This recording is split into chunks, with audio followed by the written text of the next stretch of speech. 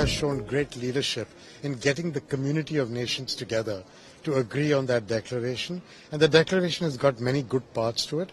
Selfishly, it has a great deal to do with the multilateral banks, which is good for me because it gives me the wind in my sails for me to keep pushing for reform and getting the bank to work better. That's the way I think about it. But I think over the course of the G20, India has done a great job on its own image and branding.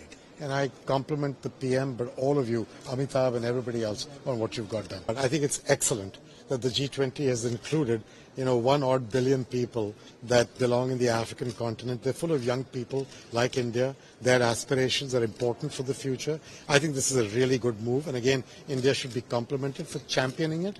But they got support from the other countries, and I'm glad for that. The G20 has got developed world and developing countries. 80% of the world's GDP was sitting in the room. If they would not agree, that would not be a good message. So I actually compliment India and its leadership, but I also compliment the G20 leaders for being able to make sure that a terrific declaration came out.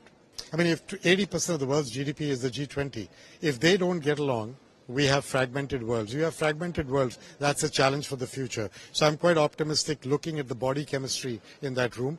There's always going to be challenges. No 20 countries will agree on everything. People have to look after their national interests. But I felt very optimistic by the mood I saw in that room. I'm optimistic also about India's remaining 2 months of the G20 presidency. And then I'm optimistic about Brazil. And then after that, South Africa and the US. So